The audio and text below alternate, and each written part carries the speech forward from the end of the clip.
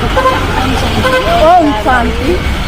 देखिए, जो यात्रा होती है वो दो प्रकार से है। एक जो होती है स्थूल यात्रा, एक होती है सूक्ष्म यात्रा। स्थूल यात्रा मतलब कि हम इन आँखों से जो कुछ भी देखते हैं वो स्थूल यात्रा है ना। और सूक्ष्म यात्रा जो मुझ आत्मा के अंदर मन बुद्धि संस्कार में चलता है वो होता है सूक्ष्म यात्रा। तो यहाँ पर दो प्रकार से यात्राएं बताई गई हैं, 10 प्रकार से उसमें सुविधा बरतने के लिए बताया गया, सुरक्षा बरतने के लिए बताया गया है ना। तो इसमें सर्वप्रथम सुरक्षा बताया गया है, यहाँ पर सूक्ष्म बताया गया, फिर नीचे स्थूल बताया गया है। सूक्ष्म में ये बताया गया है कि सबसे पहले अगर हम कोई भी कर्म कर रहे हैं, गाड़ी वाड़ी चला रहे हैं या कोई भी कर्म कर रहे हैं, तो सबसे पहले मन की स्थिरता चाहिए है ना। मन की स्थिरता और संरक्षा चाहिए, उसके पश्चात सुरक्षा। अगर देखिए मन स्थिर है हमारा तो हम खुद ब खुद सुरक्षित हो जाते हैं, होता है ना। और लेकिन अगर मन हमारा स्थिर नहीं होगा तो हम क्या होंगे, सुरक्षित फील करेंगे नहीं, करेंगे ना, और सुरक्षा ही फील करेंगे।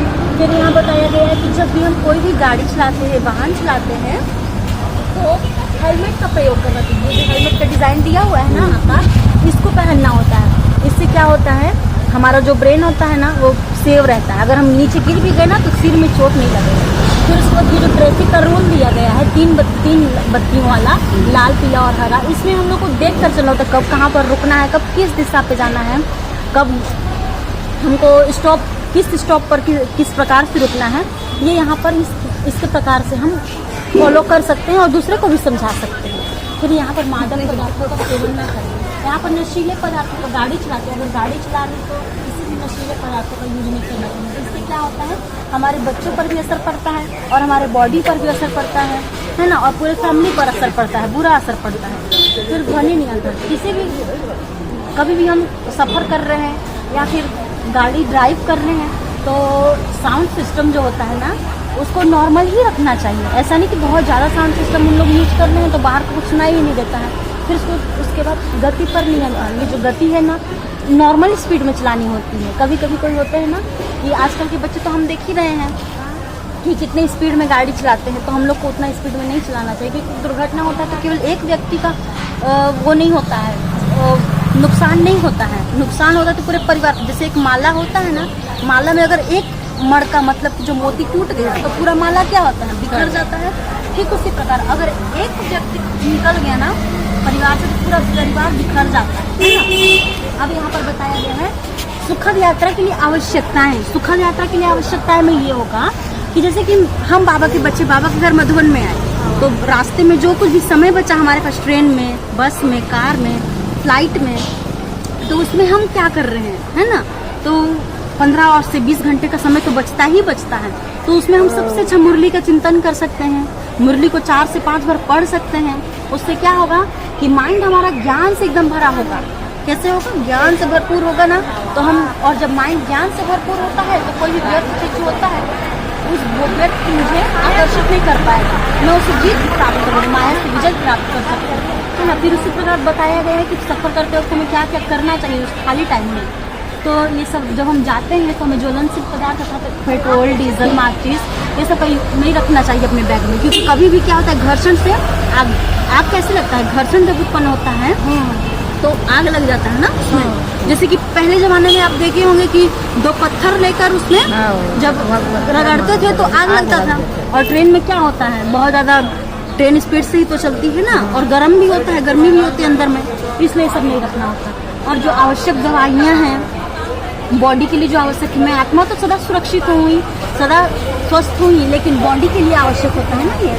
फिर अल्पाहार, घर से अगर भोजन लेकर चल रहे हैं तो अच्छी मात्रा में और अच्छे मतलब कि ऐसा भोजन ही रखना चाहिए जो मुझे तरोताजगी उत्पन्न प्रदान किए रहे।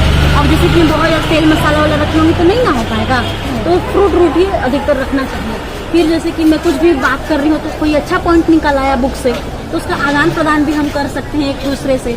फिर यहाँ पर प्रकृति का आनंद ले सकते हैं। फिर यहाँ पर स्थूल बताया है, अब ये सूक्ष्म बताया है। जैसे कि मेरे मन में जो संकल्प चल रहा है वो कर्म में आएगा मेरे, फिर वही परिस्थिति बनेगी। ये यात्रा चलता रहता है। मेन यात्रा ये है, जैसे यहाँ पर होगा ना वैसे ही यहाँ पर होगा। अगर मैं अंदर से खुश हूँ तो बाहर भी क्या जाएगा, खुशी ही जाएगा, है ना। तो अंदर का जगत पहले हमको अच्छे से संकल्प करना है, शुद्ध विचार, रचनात्मकता मतलब कि अगर मैं बैठी हूँ तो कुछ डिज़ाइन भी कर सकती हूँ माइंड में, है ना। तो बस जो डिजाइन करूँगी फिर उसको मैं यहाँ पर आकर प्रैक्टिकल कर सकती हूँ। जैसे कि मधुबन में आए हैं तो टाइम टेबल उसका बनाना होगा ना, कि मधुबन में जाकर मुझे क्या क्या करना है ना। अब यहाँ पर बताया गया है स्वच्छता ही श्रेष्ठता है, स्वच्छता ही श्रेष्ठता है। अर्थात हम भक्ति मार्ग में सुने हैं जो देवी देवताएं होते हैं वो कहाँ निवास करते हैं, जो वो स्वच्छ और पवित्र स्थानों पर ही निवास करते हैं, है ना।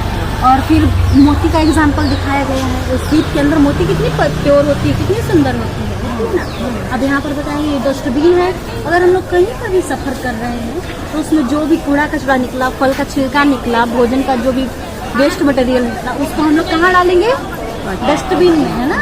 इधर उधर नहीं फेंकना है। उसके बाद यहाँ बताया गया है स्वपरिवर्तन से विश्व परिवर्तन। ये विश्व का गोला दिखाया है ना, तो जब मैं बदलूंगी तब मेरा विश्व बदलेगा, है ना। अब इसमें बताया गया है आदर्श यात्री। आदर्श यात्री अर्थात जब हम यात्रा कर रहे हैं तो कोई आप लोग नोटिस किए होंगे कि कोई बहुत अच्छे व्यवहार के होते हैं, कोई थोड़ा अच्छे नहीं होते हैं, लेकिन उसको ऐसा नहीं कहेंगे कि वो अच्छा नहीं है, क्योंकि वो उसका पार्ट है, ड्रामा में उसका पार्ट है ना। तो जो आदर्श यात्री होगा वो हल्कापन होगा।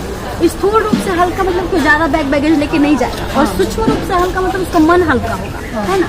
फिर वो उसके अंदर नम्रता का भाव होगा, धैर्यता का भाव होगा। ऐसा नहीं कि कोई कुछ दे रहा है, जैसे देखिए नाश्ता दे रहा है तो ये भाई चिड़चिड़ा गया है ना, तो नम्र धैर्यता का भाव। हाँ, ऐसा नहीं जैसे कि यहाँ पर बाबा के डाइनिंग में हम जाते हैं भोजन करने, कल कोई होते हैं ना हड़बड़ा के धक्का मुक्की करने लगते हैं, लेकिन हमको क्या करना है, आज से अच्छा है बोलना है, आज से करना है, हम साइड हो जाएंगे पहले आप, है ना, वो अच्छा है बोलना है। उसके बाद क्या करना है, सहयोग की भावना, फिर समय की समझ, मतलब कि 12 बजे ट्रेन है तो 1 घंटा पहले मैं निकलूंगी, है ना, तब तो टाइम पर पहुंचूंगी ना। उसके बाद समावेश की भावना। समावेश मतलब क्या होता है, समावेश मतलब कि एक छतरी है और अगल बगल 1-2 लोग और, तो उसमें मैं अपने आप को कि हाँ भाई आप भी आ जाइए, आगे तक मैं आपको ड्रॉप कर देती हूँ।